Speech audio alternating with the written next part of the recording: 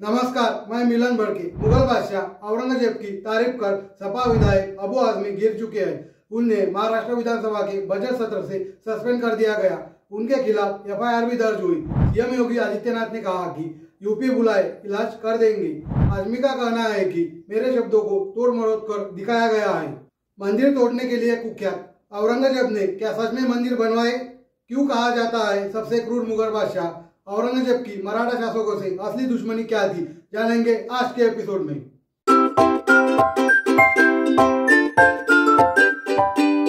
3 मार्च को अबू आजमी ने छत्रपति संभाजी महाराज पर बनी फिल्म छावा के बारे में कहा था कि इसमें गलत इतिहास दिखाया जा रहा है। आजमी ने कहा कि औरंगजेब ने कई मंदिर बनवाए हैं, मैं उसे क्रूर शासक नहीं मानता। छत्रपति संभाजी महाराज और औरंगजेब के बीच धार्मिक नहीं बल्कि सत्ता और संपत्ति के लिए लड़ाई थी। औरंगजेब ने मंदिरों के साथ मस्जिदों को भी नष्ट किया था। अगर वह हिंदुओं के खिलाफ होते तो 34% हिंदू उनके साथ नहीं होते। बयान सामने आने के बाद 3 मार्च को ही ठाणे के वागले एस्टेट पुलिस स्टेशन में शिवसेना सांसद नरेश गणपत मस्के ने आजमी के खिलाफ एफआईआर दर्ज करवाई। शिकायत में कहा गया है कि आजमी ने औरंगजेब के शासन का महिमामंडन किया जबकि उसके अत्याचारों को कम आंका। अब एक सूचना आपके लिए, आप मेरे वीडियो देखते तो लेकिन लाइक और सब्सक्राइब नहीं करते। आपके एक बटन दबाने से हमें वीडियो बनाने में मोटिवेशन मिलता है और स्फूर्ति भी मिलती है। तो 2 मिनट का समय निकालकर सब्सक्राइब और लाइक भी कर दें। अभी वापस आते हैं मुद्दे पर। विवाद बढ़ता देख 4 मार्च को अबू आजमी ने बयान वापस लेते हुए कहा कि मेरे शब्दों को तोड़ मरोड़ कर दिखाया गया है, लेकिन फिर भी मेरी बात से कोई आहत हुआ है तो मैं अपना स्टेटमेंट वापस लेता हूँ। मैंने वही कहा जो इतिहासकारों और लेखकों ने लिखा है। महाराष्ट्र के उप मुख्यमंत्री एकनाथ शिंदे ने कहा कि अबू आजमी ने उस औरंगजेब की तारीफ की जिसने छत्रपति संभाजी महाराज को 40 दिनों तक प्रताड़ित किया। ऐसे व्यक्ति को अच्छा कहना महापाप है।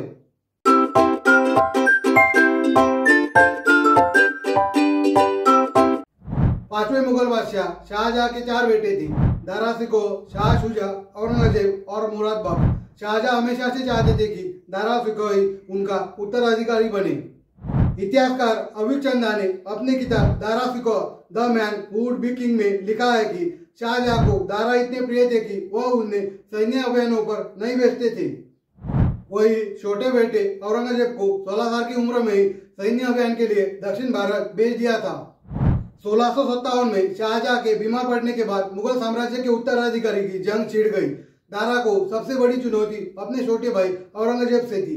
30 मई 1658 को दारा शिकोह और औरंगजेब के बीच आगरा से 13 किलोमीटर दूर सामूगढ़ की जंग हुई। इसमें दारा की हार हुई। जीत के बाद औरंगजेब ने आगरा के किले पर कब्जा जमा लिया और 8 जून 1658 को अपने पिता शाहजहां को गद्दी से हटाते हुए जेल में डाल दिया। मार्च 1659 में दारा शिकोह और औरंगजेब के बीच फिर जंग हुई। अजमेर के पास हुई देवराई की जंग, उसमें दारा को फिर से शिकस्त मिली। फ्रेंच इतिहासकार फ्रांसवा बर्नियर ने अपनी किताब travels in the Mughal empire में लिखा है कि औरंगजेब ने अपने भाई दारा को जंजीरों में जकड़कर एक हाथी पर बैठाकर दिल्ली के उन सड़कों में घुमाया जहां उनकी तूती बोलती थी। दुनिया के सबसे अमीर राजपरिवार का वारिस फटे कपड़ों में अपनी ही जनता के सामने बेइज्जत हो रहा था।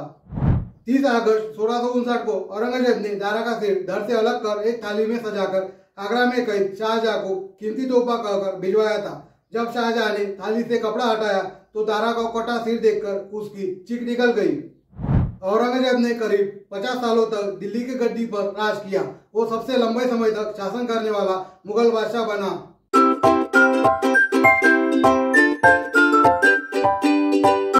9 अप्रैल 1669 को औरंगजेब ने हिंदुओं के मंदिरों को गिराने का आदेश दिया।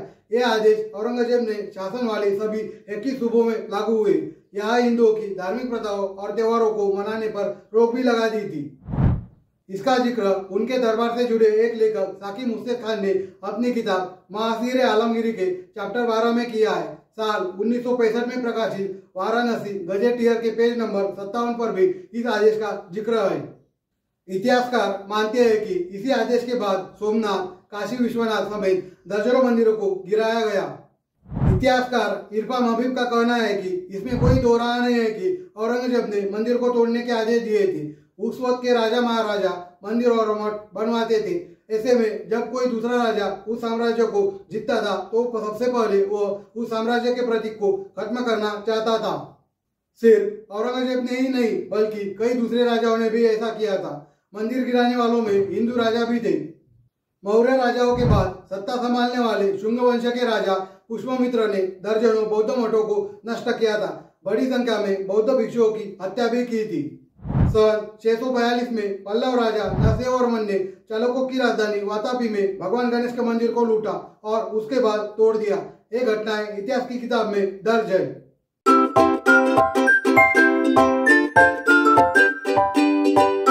इतिहासकार राम पुनियानी का कहना है कि हिंदुओं पर जजिया अटैक औरंगजेब ने अपने शासन के शुरुआती 20 सालों में नहीं लगाए थे। जब खजाना खाली हो गया तब औरंगजेब ने मौलानाओं के आदेश पर इसके बाद लगाने का फैसला लिया। औरंगजेब धर्म बदलने के लिए सिर्फ उसे मजबूर करता था जो उसके दुश्मन थे। मराठा सम्राट संभाजी महाराज और गुरु तेग बहादुर की हत्या इसके उदाहरण है। जेएनयू में इतिहास के प्रोफेसर नदीम रिजवी के मुताबिक इस बात से इनकार नहीं किया जा सकता है कि औरंगजेब सबसे क्रूर मुगल बादशाह था। हालांकि औरंगजेब ने मजहब के लिए नहीं बल्कि अपनी ताकत दिखाने और पूरे देश में मुगल साम्राज्य का परचम लहराने के लिए लड़ाई लड़ी थी। दक्कन पर राज करना भी इसी उद्देश्य में शामिल था, इसलिए छत्रपति शिवाजी और संभाजी महाराज से उसकी दुश्मनी थी।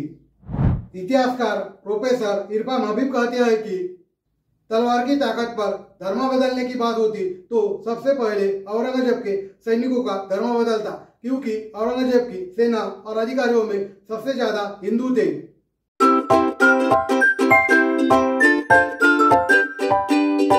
16वीं सदी में जब छत्रपति शिवाजी ने अहमदनगर का किला लूटा तो औरंगजेब ने शिवाजी से लड़ने के लिए जयसिंह को भेजा।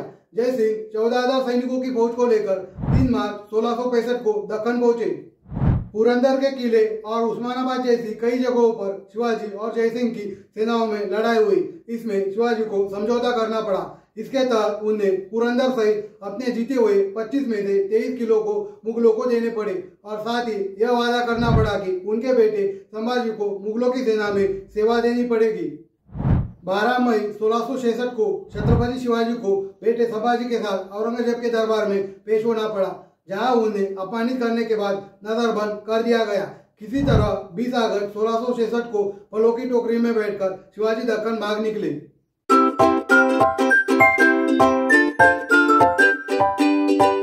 5 अप्रैल 1680 को छत्रपति शिवाजी के निधन के बाद उनके बेटे संभाजी ने रायगढ़ की सत्ता संभाली। औरंगजेब को दक्कन चाहिए था और इस रास्ते में संभाजी महाराज खड़े हुए थे।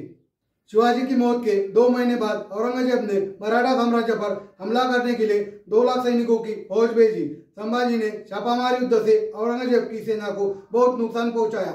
औरंगजेब ने भी दिल्ली छोड़कर दक्कन अभियान में निकल पड़ा। फरवरी 1690 में कोंकण इलाके में एक जंग के दौरान संभाजी को पकड़ लिया। उन्हें अहमदनगर के बहादुरगढ़ ले जाकर औरंगजेब के सामने झुकने को कहा। उनकी जीभ काट दी गई। जिंदा रहने के लिए इस्लाम कबूलने की शर्त भी रख दी गई। औरंगजेब ने 11 मार्च 1690 को पुणे के पास तुलापुर में उनका सिर कलम करवा दिया गया। बाद में मराठों ने उनके शरीर को सीलकर उनका अंतिम संस्कार किया।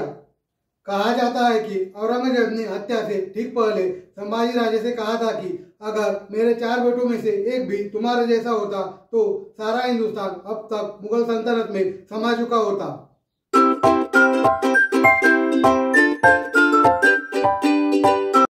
हम लोगों के बीच औरंगजेब की छवि हिंदुओं से नफरत करने वाले धार्मिक उन्माद से भरे कट्टरपंथी बादशाह की रही है। अमेरिकी इतिहासकार ऑडरी ट्रस्ट के अपने किताब Aurangzeb the man and the myth में लिखते हैं कि औरंगजेब ने 15 करोड़ लोगों पर करीब 50 साल तक राज किया। औरंगजेब के शासन के दौरान मुगल साम्राज्य इतना फैला कि पहली बार उन्होंने करीब करीब पूरे उपमहाद्वीप को अपना साम्राज्य का हिस्सा बना लिया। इतिहासकार प्रदीप केसरवानी का कहना है कि औरंगजेब ने मंदिर सिर्फ तोड़े नहीं बल्कि बनवाए भी थे। उसके बनाए गए मंदिरों में बालाजी मंदिर चित्रकूट, उमानंद मंदिर गुवाहाटी शामिल है। इसी तरह कई मंदिरों जैसे महाकालेश्वर और सोमेश्वर मंदिर को उसने दान दिए थे। प्रदीप कहते हैं कि औरंगजेब और दूसरे मुगल शासकों ने हिंदू और मुस्लिम के बीच भाईचारा बढ़ाने की कोशिश भी की थी। हालांकि इरफान हबीब का कहना है कि औरंगजेब कभी नहीं बदला।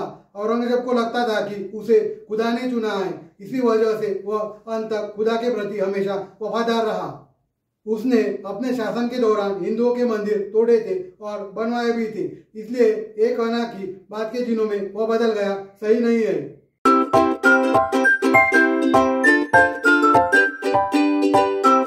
इतिहासकार इरफान हबीब का कहना है कि औरंगजेब ने पावर के लिए अपने पिता को बंदी बनाया था और भाई की हत्या कर दी थी। उन्होंने हिंदुओं से नफरत की वजह से नहीं बल्कि अपनी ताकत बढ़ाने के लिए मंदिरों को तोड़ा था। उस समय हर राजा अपने साम्राज्य में मंदिर स्थापित कराते थे, ऐसे में दूसरा राजा इन मंदिरों को गिराकर अपनी ताकत का एहसास कराते थे। इतिहासकार राम पुनियानी ने एक इंटरव्यू में कहा है कि औरंगजेब को हिंदू विरोधी माने जाने की दो वजह है। वह इस्लाम धर्म को मानने वाला कट्टर सुन्नी था और दूसरा मौलाना के प्रभाव में फैसला लेता था। काशी विश्वनाथ मंदिर को तुड़वाने का आदेश हिंदुओं पर जजिया अटैक और सिख गुरु तेग बहादुर की हत्या को लेकर भारतीय लोगों की नजर में औरंगजेब सबसे क्रूर और कट्टर मुगल शासक के तौर पर चर्चा में रहता है। नमस्कार, मैं मिलन बड़की।